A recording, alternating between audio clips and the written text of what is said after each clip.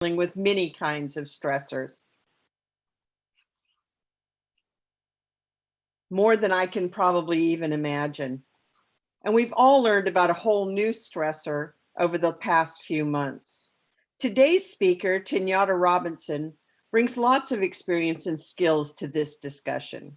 She's a certified therapeutic recreation specialist, a certified health and nutrition life coach, a certified adaptive recreation and sports specialist, a proud Navy veteran hospital corpsman, and owns a small business providing therapeutic recreation and wellness for active duty and veterans through safe interventions to establish physical, mental, and cognitive wellness. Wow. Welcome, Tinyata. Hello, how are you guys doing? Good. Ladies, this is going to be an interesting session to piggyback on the last session on resilience. We ourselves as women focus on everything that we need to do in our daily routines at work, and we carry a lot of that stress that she talked about in the last presentation. Can you see my video very well? You look a little different. You're kind of Thank you. blending in a little bit. So we we carry a lot of stress as women throughout the whole day, our whole daily routines. So we are, we just carry that on our shoulders. We are warriors for our families. We are warriors at work. We are warriors throughout the whole day. And I want to do a simple poll for, uh, okay. I want to do a simple poll on managing stress, just to get a gauge on how um, all of you go through the day. Um, what time of the day are you at peace? How often do you feel overwhelmed, and how much time do you have for leisure? And I'll give you a minute and a half to answer the polls. Let me see.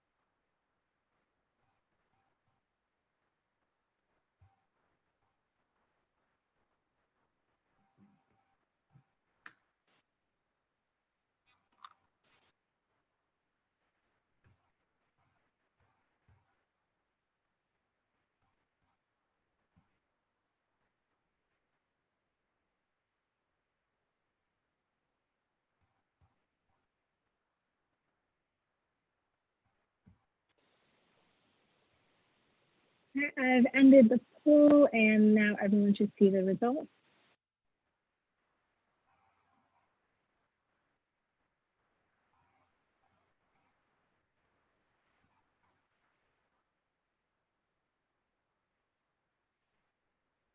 Okay.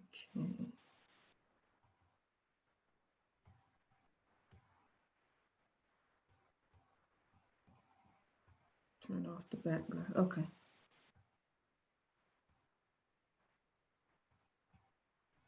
All right.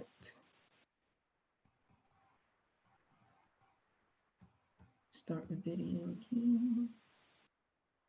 Sorry guys about the video. Okay. Okay, it looks like part of the day for most of you is morning and late night for peaceful time. And overwhelmed, well, a lot of you do not get overwhelmed. Some, well, 40% get overwhelmed all the time. And how much time do you have for leisure? 30 minutes, 60 minutes, more than 60 minutes, 31%. I'm impressed. Okay, we'll go to the first slide. So we want to define stress. That way, when as you go through the day, to define stress and to know when that happens, you'll be able to deal with things as we go through our day as a warrior. The definition of stress is a state of mental or emotional strain based on circumstances. And what are those circumstances? Well, we go to work, we go to school, we have household duties and responsibilities. And when I say responsibilities, I don't mean just inside the house. You have outside family um, responsibilities, friends that call you for advice. You have a lot of, you have people that you worry about that's sick outside of the household. You have health. I mean, you go to the doctor, our we have to get a check from the rooter to the tutor, like my grandmother used to say. We go through a lot in managing our health and wellness throughout the year. We get breast exams. We have to get everything checked and make sure it's managed so that we can continue to be that warrior for our family, friends, and whoever else count on us in the day. Um, Next slide. So we have these settings and we have these stressors that target us during the day as we carry this. Think about that pack sack that we carried in the field, and we carry where we are, the environment. We carry our physical health in the back of our mind. We carry what's going on in the household, the finances, work problems, who we get along with, who we don't get along with.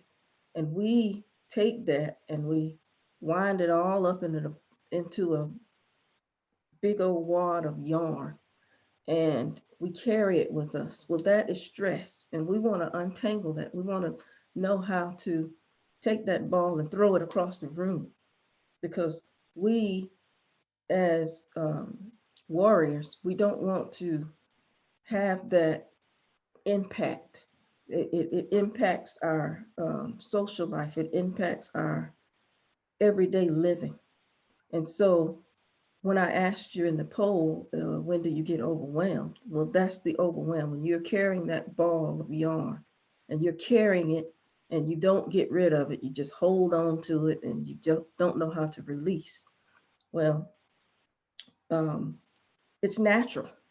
We go through these things in our daily routines.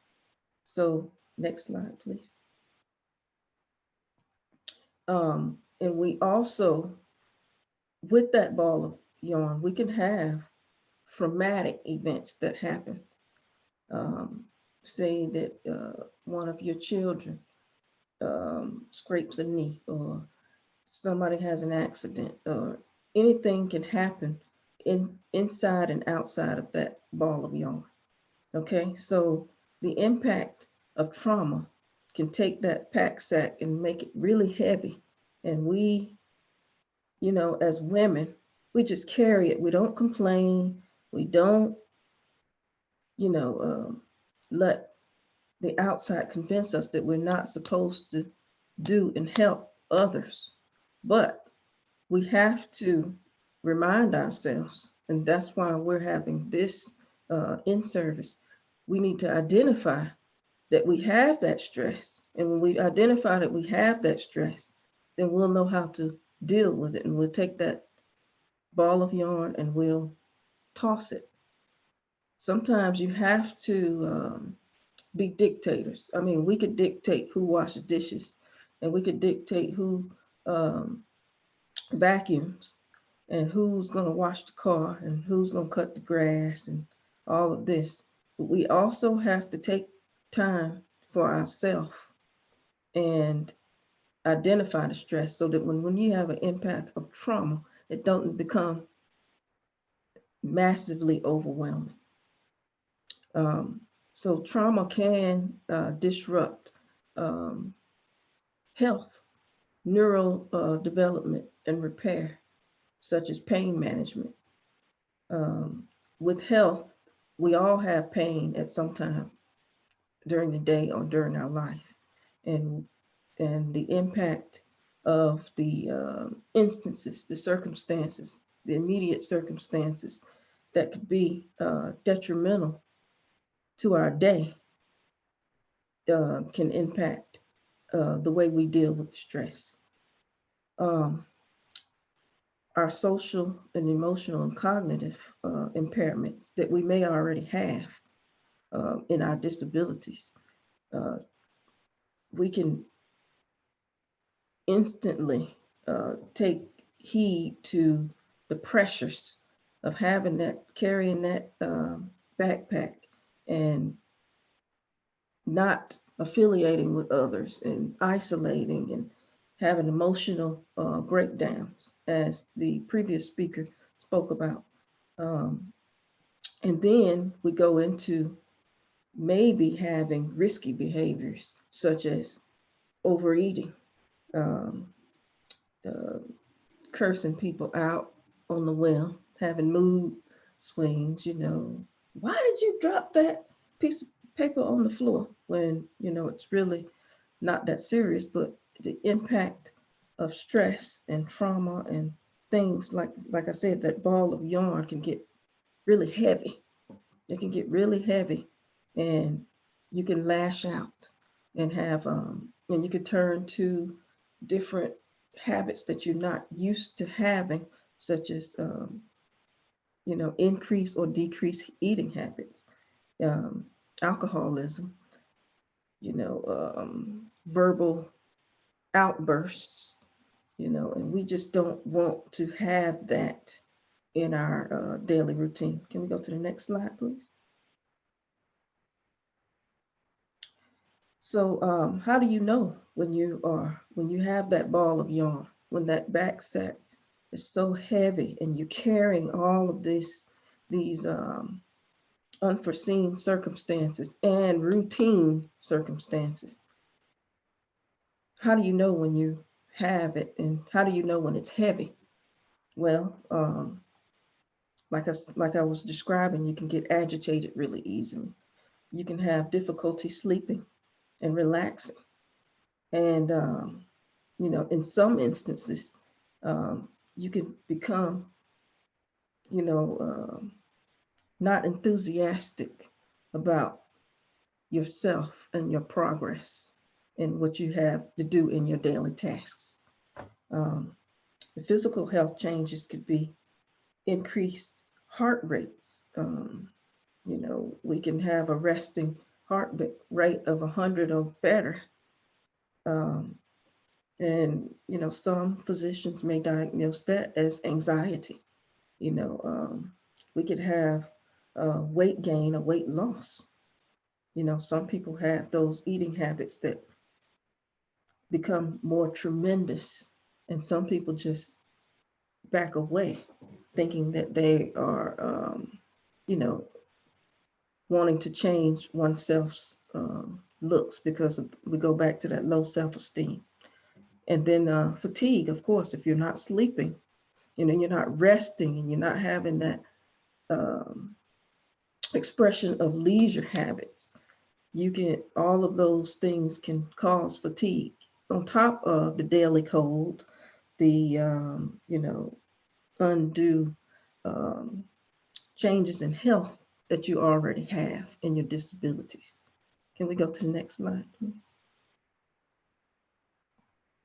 So what do you do about that stress? Well, once you become aware that maybe the environment that you're in, the work environment or whatever environment that makes you stress, where you hold that big ball of yarn that you just can't get rid of,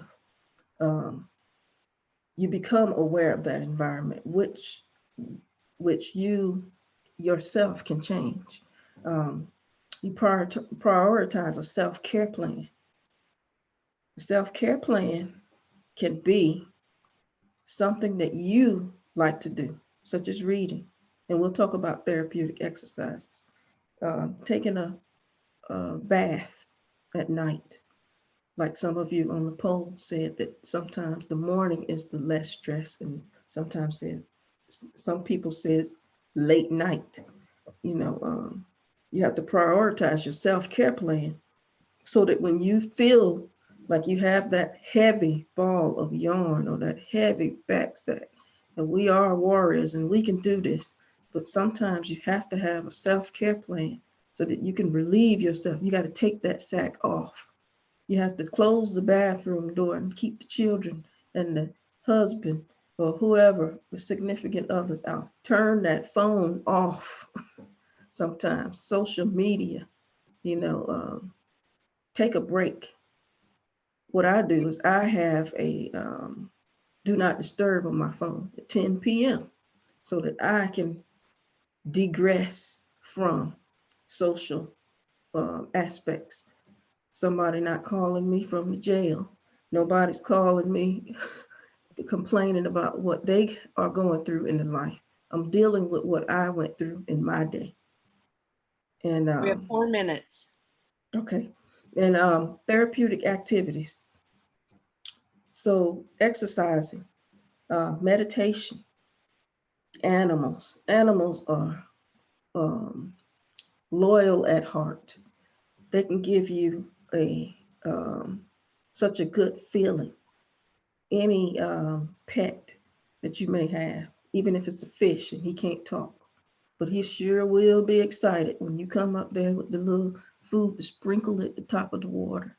You know, music, you know, dancing. I like to dance. I like to navigate to music, turn TV off, and regress from what's going on outside of the house. And then you have creative projects. Some people do woodworking, art, and creative projects. And those are therapeutic activities that you can include in your self-care plan. And as women, you know, we can be automatically creative by dictating things, giving, you start giving away some of that ball of yarn. Dictate who does what and what time. Um, Next slide, please.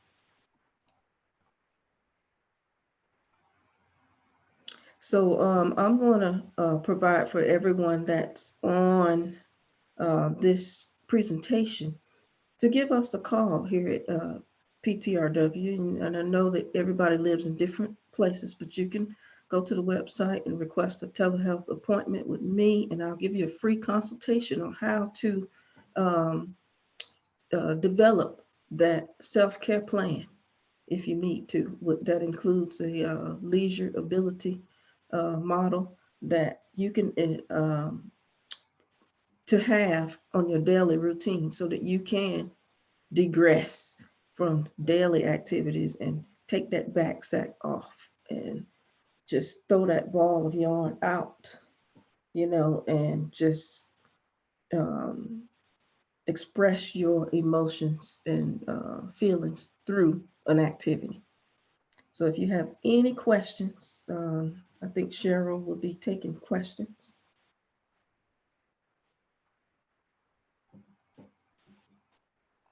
Tammy says that she thinks she likes to use music as a stress relief.